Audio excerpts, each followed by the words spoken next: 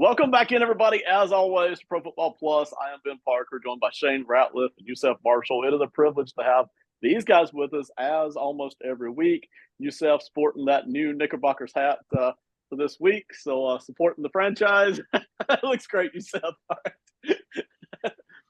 All right. But don't be deceived. This is an all NFL show tonight, almost all NFL. We are loaded with NFL stuff. We're discussing front offices, head coaches, quarterbacks, and more.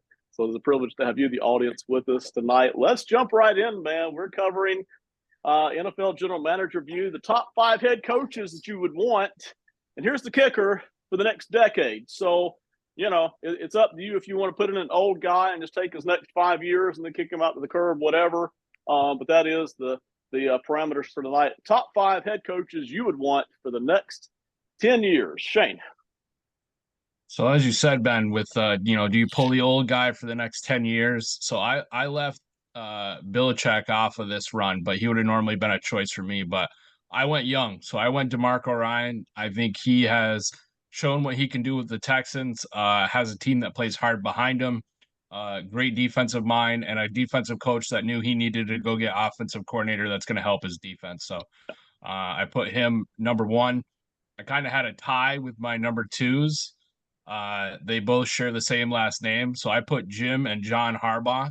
I think they're 2 coaches that get more out of their players than anybody else in the NFL. And I find that you don't get that a lot with coaches in the NFL, maybe in college where you can be a rah-rah guy. But you can already see the Chargers in camp have taken on a new personality with Harbaugh out there flipping sleds with them and being involved in everything else. And Baltimore's done great behind John. Then I went with Shanahan. The 49ers haven't been able to win the big one, but to make it this many times that far, great offensive mind, and to see the coaching tree that started under his father and then has gone through. I think he's a great set. And then I went for another young one. I think Mike McDonald in Seattle is going to have a good career. I don't know if it's going to go great for him this year. I think their offense is going to be in trouble, but I think he's going to have a good career. And I tend to lean on defensive guys when it comes to head coaches because those offensive coordinators end up dropping around quite a bit. So. I love it. I think I've got 3 or 4 the same and 1 or 2 different. Yusef. All right, I guess I go in order. Well, it's not really order, but the first one's going to be my number 1 coach. It's going to be Andy Reid. He's the master of adjustment. I mean, even though I think it was the year before or the year before that, 21 or 22, where Mahomes couldn't use his downfield specialties and they had trouble at wide receiver with separation. He was able to turn him into a game manager, and they made the most out of what they had. And that's something that a lot of coaches are not adept at doing. Andy Reid does it very well. As a matter of fact, he's done it before KC, so he's my number 1 guy there. After that, I kind of did what Shane did with the Harbaughs, but if I'm leaning, I'm going towards Jim because I'm partial to him for the obvious reasons. But I've seen so much. But they both Harbaughs are deep in analytics and fundamentals, and they seem to kind of make the most out of that. John is going to flame out in the postseason for some strange reason, but they're always there. So that's a valuable trait to have in a coach. Very good at changing with the times and adapting to it. So that's my tie for 2, like Shane was talking about. I got Sean McVay, my 3rd spot. Career student of the game. His team is good at raiding everybody else's fridge every year. Get all the guys they don't want and making the most out of it. He's a master at majoring in the minors, and he's really ruthless out there, man. He's good at adjusting as well. So I got him at 3. I got Tomlin at 4.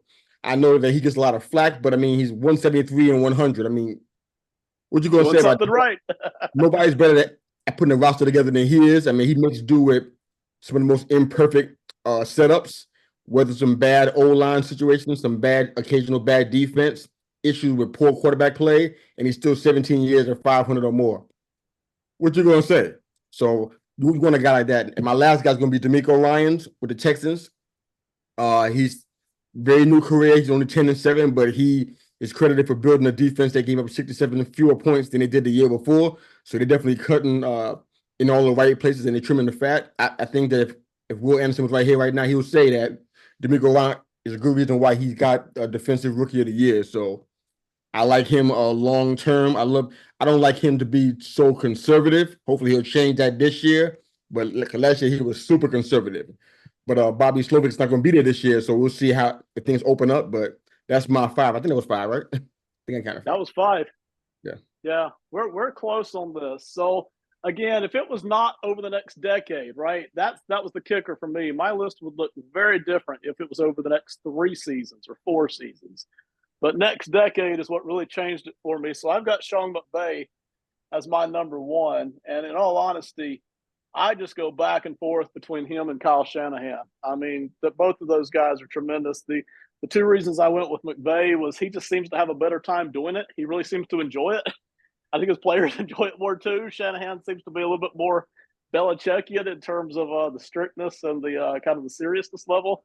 And then also McVay's already technically got a Super Bowl win. Not technically, he does. So that's why I went McVay. But I love Shanahan right there. Right after those 2 guys, I've got DeMeco Ryans.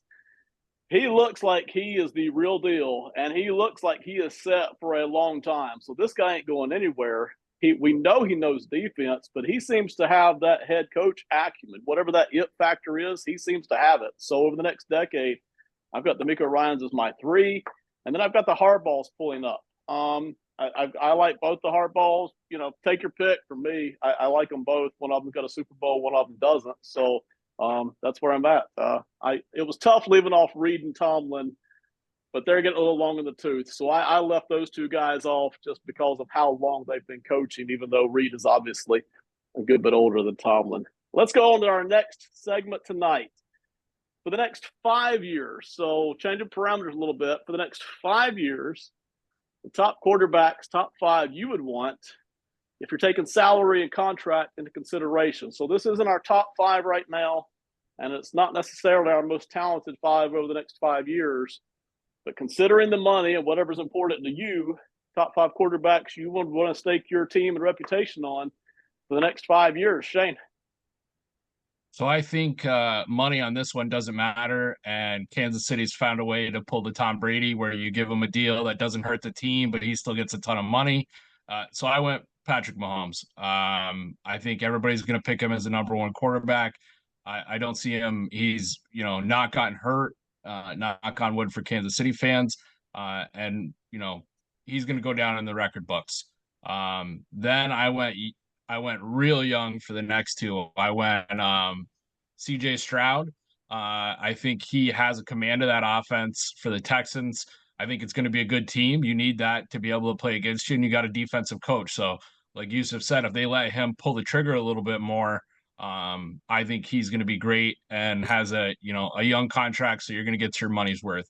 The next one, I went JJ McCarthy. I think Minnesota has a chance if this works. To really upend how that's going to look up in the North. They have wide receiver help. They've year after year had decent offensive lines. Offensive coordinator, head coach, I think they're going to attack.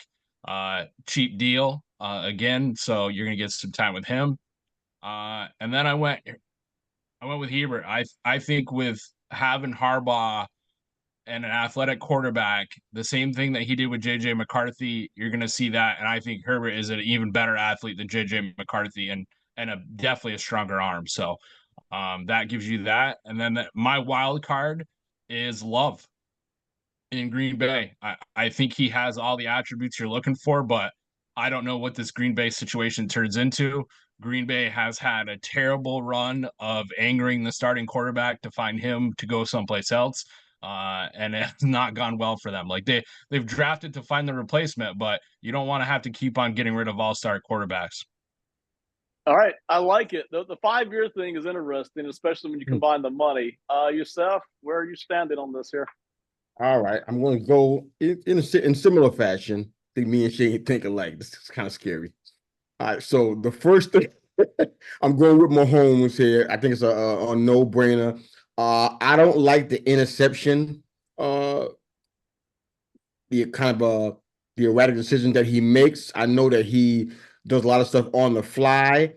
I don't really care for it. I think most times I guess it goes well. It's kind of like 50-50, I guess. I'm not really counting, but it feels like it goes wrong more times than it goes right. But he's definitely one of probably the best quarterbacks in the league. Hard to dispute that. I mean, and he doesn't get hurt a lot, so and he's able to be mobile. So it seems like a long career could be ahead of him. So I like that. I'll stick with him there. I'm going to go with my number. I'm going with Herbert, and I think I always thought he was a young elite quarterback anyway. The O line didn't help him out a lot, but that's more management than anything. I've been the Chargers are my second team, so I've been watching them for since the wow since the mid '80s. So I've been kind of watching this, but now that Harbaugh is down, really, really watching now for obvious reasons. But I think that he's going to help Herbert's development. So I'm thinking down the road, this is going to be an even better quarterback, an even smarter quarterback. I think McCarthy, because you name McCarthy, that's kind of evidence that of the Harbaugh influence. So I like Herbert there. I'm going with Jordan Love. Well, when we see this Stroud next, I mean, what you going to say? This guy was a rookie, had a lot of things go against him on his team, a lot of youth, and he made plays. I wish I could find the games. I didn't note those, but this was about a handful of games, 3 or 4 games that he was in where they were like in trouble. And this man was doing veteran stuff out there. He was making veteran throws. He was making smart decisions with not a lot of time on the clock, knowing when to stay in bounds. A lot of heady play that, sometimes rookies don't get. They kind of crumble under the pressure. He didn't do that. I don't know where he got that from, but he definitely got it. So I definitely want him long term for 5 years or more. I'm going Jordan Love with my 4th guy. I mean, I think the money was right for where he's at. I don't think he's gonna get run out of town like Rodgers. I think he'll be okay there. I think he's a little bit more. He's not as mercurial as Aaron Rodgers is. So I'm not really worried about that too much. But I like his play. I like what they have going on. They got probably the youngest team in the league, probably. So they got a lot of room to grow. Excellent passer rating. He did it in a small sample size, but did a lot in that short sample size. I like that. And my 5th guy, I probably should spend more time on this, but I went ahead and pick Jalen Hurts. I don't know why I did that. I want to change my mind right now, but it's too late. We're on the air. We live. So I'll go with that. I mean, I don't know if he's going to see a Super Bowl in the next 5 years, but he's going to bring him in contention. And he's a smart player. Does a lot of good things with the ball. When he's not hurt, he looks fantastic. Probably even better than some of the guys in this list. So that's the most I can say about him that's good. So I'm gonna stop right there, so I won't go too far. But that's my 5. I like it. Y'all mentioned 3 guys, 3 quarterbacks, and I'm not going to reiterate them. That was tough to leave off my 5. This was not an easy list. Now, the top 2 for me were very easy. After that, it was really hard to get those next 3 guys versus the 3 I left out. Obviously, Patrick Mahomes, I don't think there's any question, man. I mean, Mahomes has done it and done it. He's done it on a rookie contract. He's done it on a rich, expensive contract. He's done it on the road. He's done it with great receiving cores and bad receiving cores, mediocre defenses and great defenses. When and how has he not done it? I mean, I don't like paying him that much money, but by now he's only the 9th or 10th or 12th most expensive quarterback in the league after all these other quarterbacks. So every week he's going up against people that make more money than him. So they're soaking other resources from the rest of the roster, and he's just better than they are. So, I'll take Mahomes for the next decade, easy. No thought there. I love CJ Stroud. Now, again, I'm biased there. I already loved him coming through the draft, so I already was predispositioned to want him to succeed. And then he had a killer year. So Stroud on the rookie contract for 4 seasons, and then you get 6 expensive seasons. But I'll take it. I really like what Stroud is doing. That was easy for me. Stroud because of the money, Mahomes because of the greatness.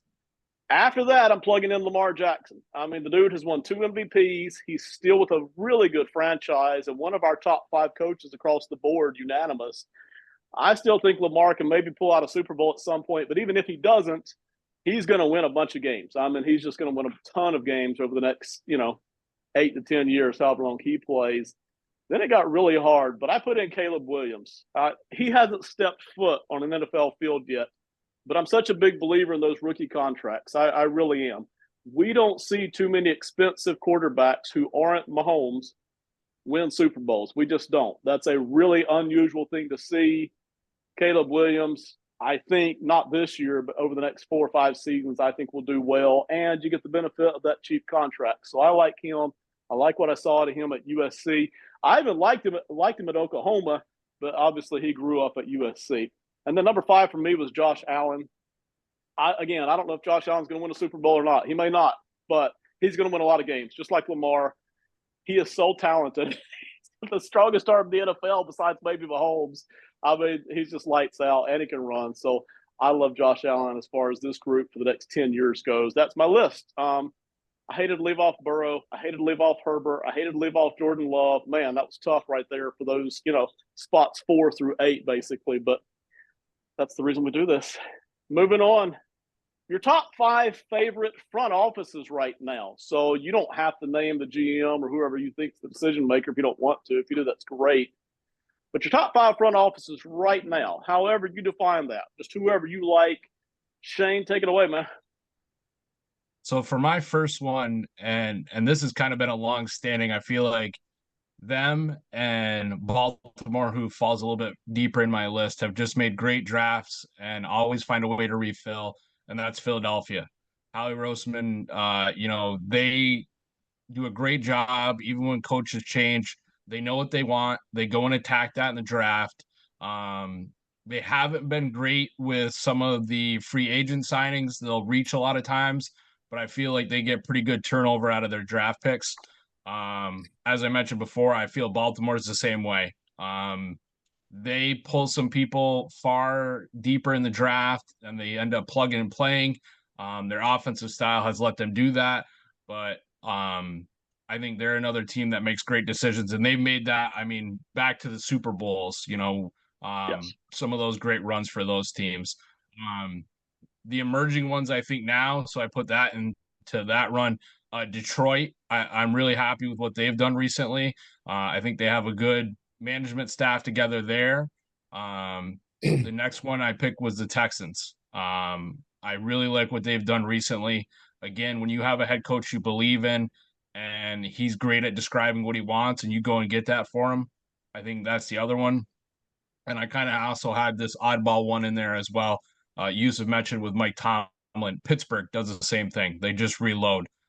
When you just don't have losing seasons, that means that your GM, your coaching staff, everybody else involved has made just some great decisions. So, Shane, I like it. I like it because I have 4 of the same in my top 5. Okay, so Yusuf, where are you at on these?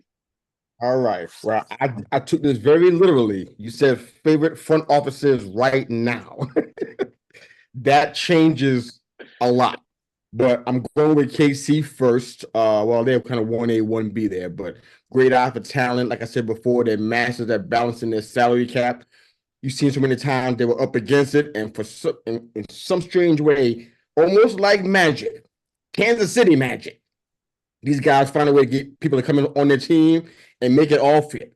I don't know how they do it, but they're doing something great in their front office, so it's undeniable.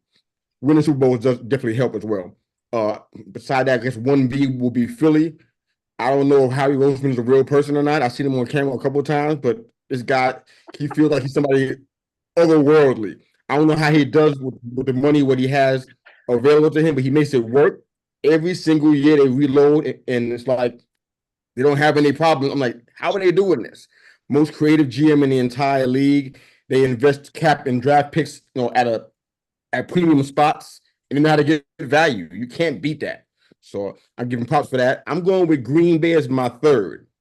They got, I guess, for lack of using a big word, they got strategic foresight. You can kind of see that in their decision making. They're really smart in that way. Commitment to a stable organizational culture. And that's something that's important to them. You can get good guys to come inside there, but if the culture is not right, it's going to show on the field, and it's going to result in probably a lot of L's and dissension on the team and that kind of stuff. And these guys do it really well out there. I'm going in the 4th spot with Houston. Like I said, right now, strong team culture, smart personnel decisions, especially with some of the veterans they kept last year and bringing back this year. It was really good. Looked like they started something really nice out there. My last team is going to be weird to hit it, but I'm going to say this out loud so everybody in the NFC North, don't at me. This is just, I'm being honest about the front offices right now. Chicago. Excellent job at positioning for the future with the draft picks. If Caleb Williams doesn't do something with this right here, it can't be much better based on the options that they had. They locked in loaded for. I know Justin Fields like, what about me? Right. where was my shot? Where was my guys? So Caleb Williams has the entire bank in front of him, tight end, running back, wide receiver. Everybody it's loaded. Even on the defensive side, so you got everything you want, man. They got a lot of the bad cap out too. Invested in some draft picks or low money going out, and you got a lot of guys that are super talented that are got chips on their shoulders. This should be surprising if it was. I think the Bills are going to be last. You might be shocked by the standings at the end of the year. So that's my 5. Uh-oh. Shades of victory. Okay. Man. There's not a team y'all mentioned that I don't like, but I knew who my 5 were. So I put the Texans in as my number 1. And again, that's for right now. That's not for 5 years ago. It's not for what they did 8 years ago. It's not even for 10 years from now. It's for right now. What Nick Caserio's done to bring in what looks like a top 5 head coach and a top 5 quarterback, that alone is insane. But I just love what else he's done. Now, listen, when they start having to make money decisions in 3 years, I may not like what he does. But right now, the cap is clean there. They've really worked hard to make this a good roster, but just coaching quarterback alone, I just absolutely love where they're going with that. I mean, just beautiful, beautiful work there. Cannot say enough about what the Texans front office is doing. After that, I don't even know who really would be number 2, but I'm just going to start listing off teams. The Chiefs, Brett Veach. Brett was such a huge part of actually drafting Patrick Mahomes way back in the day. So, so much of his success is tied to Mahomes, but it hasn't just been that. Yusef, you mentioned that their cap management has been so clean and efficient. It's among the better ones in the league. They don't get stuck trying to clutch on the players. They know when to move on, So they've been able to keep that roster good and clean, even though, you can see hits in depth because of the Mahomes contract. Still, very, very well done. They continue to do a tremendous job.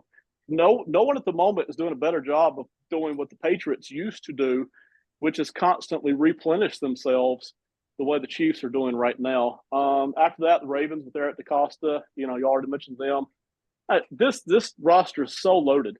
And I wish Ozzie Newsome was still available because that would be my number 1 GM, hands down. But he's not. He's not available anymore. But Eric DeCosta has kind of picked up where he left off. Just good roster. I mean, up and down, in and out, offense, defense, do a tremendous job there. Eagles, Howie Roseman. I mean, who doesn't love the Eagles and what they've done for years now, for the past decade? And then my last is the Lions with Brad Holmes. I really like this Lions roster, even in the areas that are weak. And we discussed some of their weaknesses over the past few weeks. You can see where Brad Holmes is trying to fix that. So whether he gets it fixed or not, you can see that he's not ignoring it. He's actually actively trying to make those parts of the roster better. So, man, coach, quarterback, wide receiver, offensive line, I mean, parts of the defense, but they're working on it. They're doing a tremendous job. So I can't say enough about Brad Holmes and the Lions working there with their coach. That's my top 5 front offices right now. Let's move on. We're off the NFL now. Stock investment time. Any Olympic team from Thursday, August 1st through Monday, August 5th. And you can spend as much as $500. One caveat I didn't tell you guys about, what we're going to start for this week. If your team, whoever you pick, your individual, your team, if they get bronze medal, then you double your money. If they get silver, you'll triple. And if they get the gold, you'll 4 times it, quadruple. Okay. So 2, 3, 4 multiplication bonuses there. So whatever you're betting on, whatever team or person you're racking up here, you get the chance to multiply it out. Shane.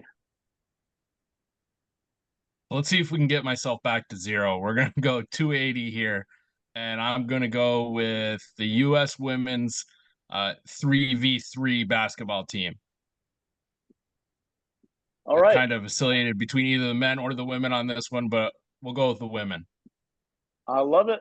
3-on-3 women's 280. I assume they're a favorite. I haven't looked that up. Is that right? Are they the favorite in that 3-on-3? I didn't look. I know, I know Haley Van Leith from college, and I know Cameron Brink was on that team. They had some replacements, but I thought like I said, I like the men's team too, but I feel like there's more competition on that side than there probably will be on the women's 3x3. So that's why I went with the U.S. women. All right. I love it. Yusef, I know you got something cooking over there, so tell us what it is, man. What's burning on the stove? I'm going to drop $350. I'm going all in on this one. Well, I say all in. I'm saving $5. I still got to eat, so that's why I'm saving that $5. I'm going with now. I've been trying to keep up because I missed the first couple of days. Had a lot going on, so I'm trying to catch up. And I don't know. I almost went men's gymnastics. They won they broke a 16-year medal drought. I'm like, I was all in there with them. Like, oh, that's nice. But I'm going with the ladies, U.S. women's gymnastic team. I was just thinking, you know what? What they normally do, hit their routine like normal. They're gonna take gold, and Brazil probably end up being the silver. It kind of happened just like that so far. Knocked Italy and Brazil out. They were stellar.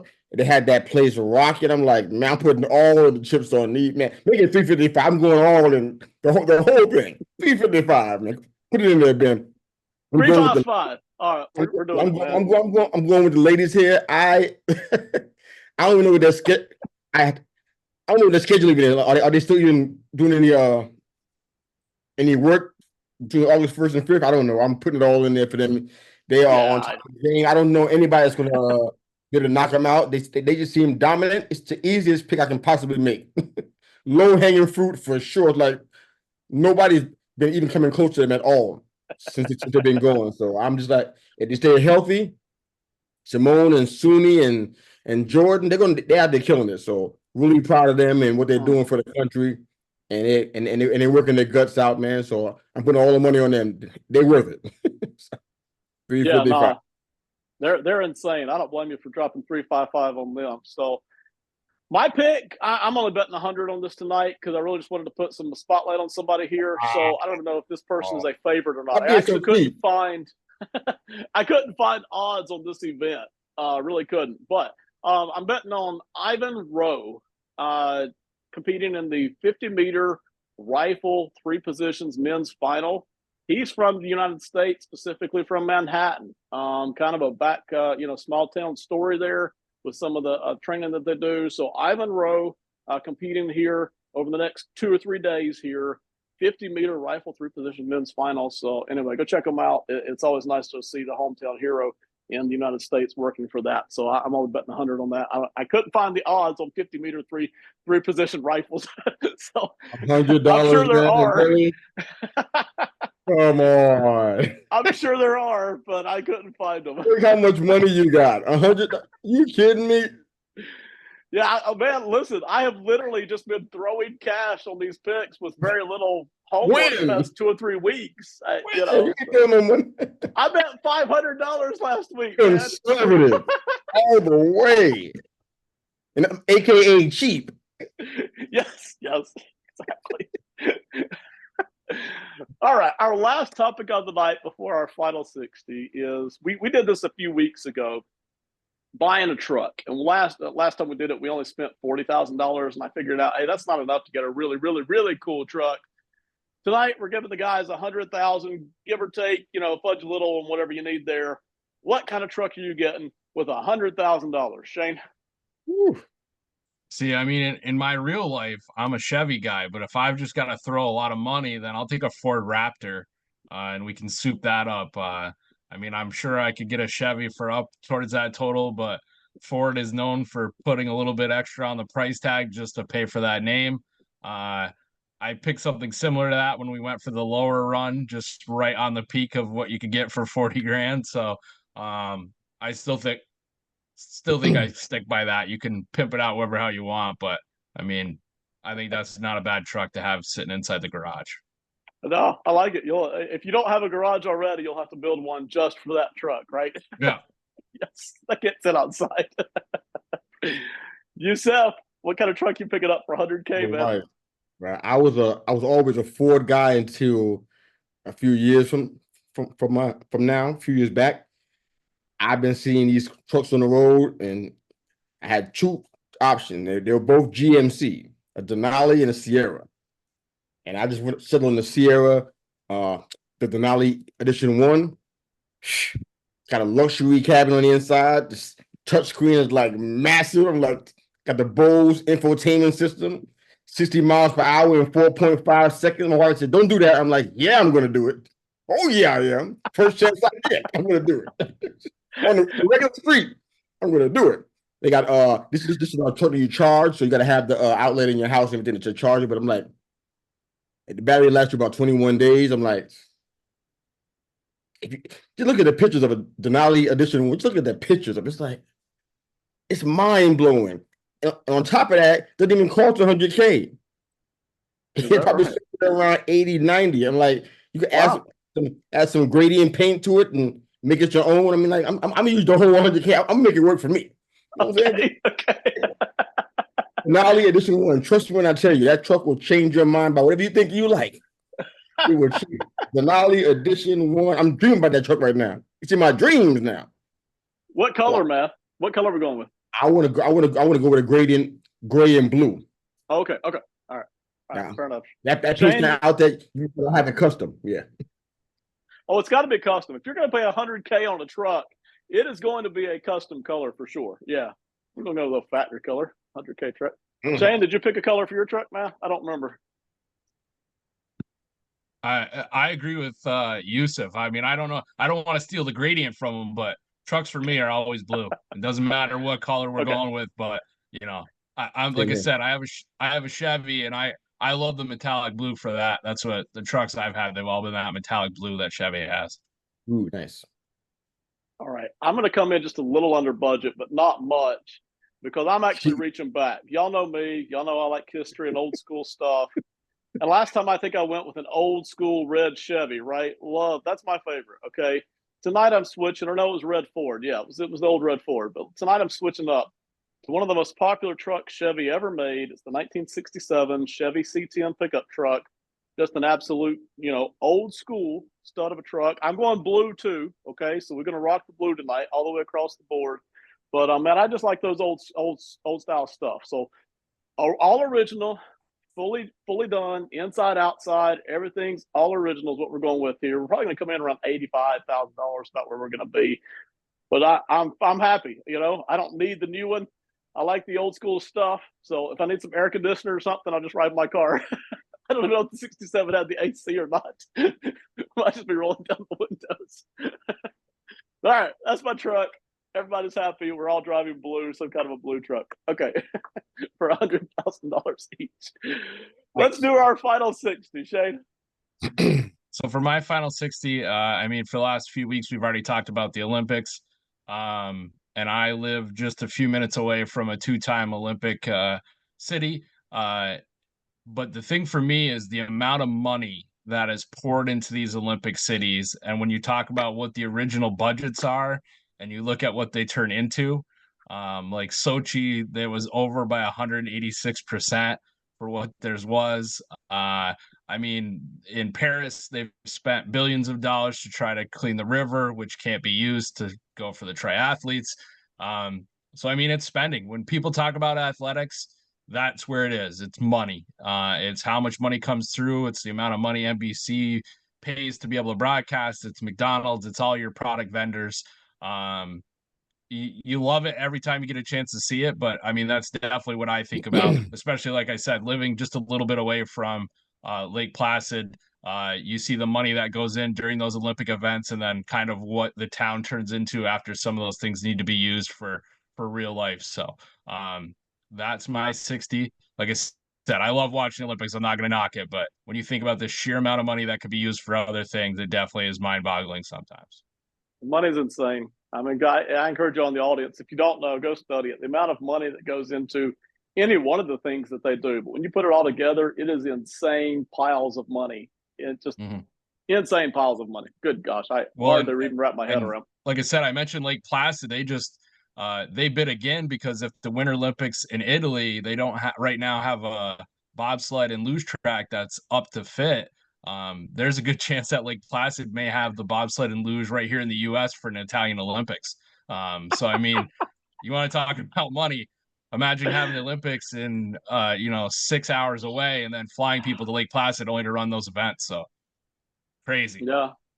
I can remember we're reaching back to the late 90s, early 2000s when there was an accident on the luge, I think, because one of those tracks was too fast. And Vancouver. I don't remember. Yeah, that was it. Vancouver. Yeah. So it's important that those tracks be right. They got to be legit. They cannot be, if you've got one at all, they still got to be legit. So, All right, Youssef, your final 60. All right. Well, guess who did the same thing I was going to do? I'm not calling any names. But I was having a talk with a friend about the 70s and the 80s and the whole era, and the whole mega event thing came up, World Cup, Olympics, and everything. The whole idea was supposed to be focusing on increasing youth and sports programs and all that kind of stuff. But it's really about sustainable infrastructure, and they're having problems with making that work. You can look at Barcelona in 92 and Athens in 2004 and Montreal in 1976. You can see they usually leave the place obliterated once they leave, because it's such a massive effort to accommodate them and then maintain them while they're there. And then when they leave, it's like, okay, now what do we do? How do we recover? And usually financially, they don't recover very well. They probably still trying to recover right now, years later. So you're talking about national tourism, trade, and then the whole national pride deal. And then you got some countries that have terrorism threats and then congestion. People don't want to go on vacation there because the mega event is there. You got airlines that are having issues with software now, flights getting canceled. So travel industry taking a big hit. There's so much going on logistically. It's like you wonder if this is people are saying it's not really a wise investment to even have the Olympics in a lot of these places. Is it sustainable is my biggest question. Are you talking about going to LA in 2028? I'm like, think about the logistics of that. Los Angeles. We're talking about terrorism, everything I said, the terrorism, the congestion of vacation, the whole mega event, the whole venue. And this is like, when I was a kid in the 70s and 80s, I appreciated it so much. It was such a big deal. I was all in. It's like, now I'm like, I don't even know if they can keep doing this. The athletes are so stressed out. They're like national pride and got all this weight on their shoulders. It's like, man, you shouldn't be carrying that much. This ain't on you. Just go out there and do what you do. It's on everybody else from behind the scenes to make everything work logistically. But a lot of question about whether it's sustainable or not. So hopefully they can make it work. But like Shane said, to Shane's point, it's draining a lot of cities and kind of leaving them in a bad place, a lot worse than it was before they got there. So. No, I'm with you guys right there. This is something I've been, listen, I'm an old fart now, so this is something I've been hearing about for decades. But this idea is not original to me. I have heard people talk about, and I like it, just having one Olympic city or a rotation of, say, 5 cities around the planet, and that's it. Those are the Olympic cities. And those cities are built for nothing but the Olympics, and then maybe training when an Olympics isn't around, right? So once every 2 to 4 years, those cities host the Olympics, and then the athletes just train there. That's it. That's, maybe a little community grows up around that Olympic city or whatever, but that's it. You don't keep disrupting LA or, Italy or whatever city it is, Paris, you don't disrupt all of that. And then you have the questionable money spending. How realistic is it? Again, you got politicians involved here, man. So, sometimes logic and reality go right out the door, and so does worrying about regular people. And there's a whole lot of there's another agenda that goes into that sometimes. So, but I really like the idea, especially if Athens, Greece, or just the Greece area was one of those Olympic sites. It's just, hey, here's one of them. Deal with it. You don't like it, oh well. As a different country. And, maybe U.S. could have one of those sites as well. Maybe pull it away from the heart of the city, right? Just pull it on away from there, and set it up somewhere. I like that. So I'm right there with what you guys are putting out. All right. So my final 60 for the night is next week's episode. Tonight was the excellence episode. So that's why we did the top 5 QBs, the top 5 head coaches, top 5 front offices. Next week, we are doing a negativity episode. All right. So we're going to work at the NFL. We're going to do the NFC hot seat, the AFC hot seat. We're going to do teams that you love to root against this year. Maybe a team that you've always rooted against. Maybe a team that you're only rooting against this year for whatever reason. We're going to do your least favorite fast food restaurant. And it could be for any reason. So next week is the negativity episode, all right? So we try not to do too much of that here. But next week, it's going to be negativity. I've even got a couple more topics we're going to hit. So hang with us next week, the NFL negativity episode with fast food branding on it as well. All right. Anybody else with anything before we shut it down? Good to go, man. Awesome stuff. Thank you, everybody. Shane, goodbye. Youssef, goodbye. Our audience, thank you as always. We'll see you all next week. Have a great one. Bye.